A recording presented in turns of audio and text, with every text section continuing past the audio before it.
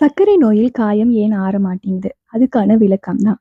முதல்ல அதிக சர்க்கரை இருக்கிறது. ஹைப்பர்கிளைசீமியா அண்ட் செல் டிஸ்ஃபங்ஷன். ரத்தத்தில் சர்க்கரை எப்போதும் அதிகமா இருந்தால் அட்வான்ஸ்ட் கிளைகேஷன் எண்ட் ப்ராடக்ட்ஸ் ஏஜிஏஸ் என்ற தீங்கான பொருட்கள் உருவாகும்.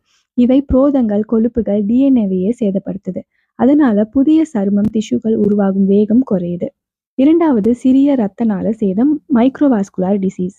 சர்க்கரை நோயால் சிறிய இரத்த நாளங்களின் சுவர் தடிமனாகி ஆக்சிஜன் சத்து காயத்துக்கு சரியாக போய் சேராது. அதனால ஃபைப்ரோபிளாஸ்ட் புதிய இரத்த நாளம் உருவாகிறது. ஆஞ்சியோஜெனசிஸ்னு சொல்லுவோம். இதெல்லாம் வேலை செய்யறது மெதுவாகும். மூன்றாவது நரம்பு சேதம் நியூரோபதி. நரம்பு பாதிப்பு காரணமாக வலி தெரியாது. சிறிய காயம் கூட கவனிக்கப்படாமல் பெரிய காயமாக மாறிவிடும். மேலும் வியர்வை எண்ணெய் சுரப்புகள் குறைந்து தோல் உலர்ந்து பிளந்துவிடும். எளிதில் காயம் ஏற்படும். நான்காவது உடல் பாதுகாப்பு குறைவு இம்யூன் டிஸ்ஃபங்க்ஷன். சர்க்கரை அதிகமா இருந்தால் வெள்ளை இரத்த அணுக்கள் நியூட்ரோஃபில்ஸ் வேலை செய்யாது. இதனால பாக்டீரியா சுலபமா தொற்றிக்கொள்ளும். மீண்டும் உடலில் நீடித்த அரிப்பு கிரானிக் இன்ஃப்ளமேஷன். காயம் ஹீலாகிற கூடிய அடுத்த கட்டத்துக்கு போகாது.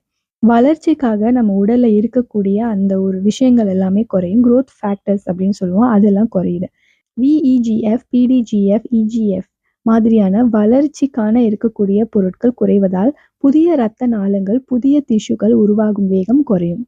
பெரிய இரத்த நாள அடைப்பு மேக்ரோவாஸ்குலர் டிசீஸ். சர்க்கரை நோயில் பெரிய இரத்த நாளங்களில் கொலஸ்ட்ரால் அடைப்பு ஆர்த்ரோஸ்க்ளிரோசிஸ்னு சொல்லுவாங்க வேகமா வரும்.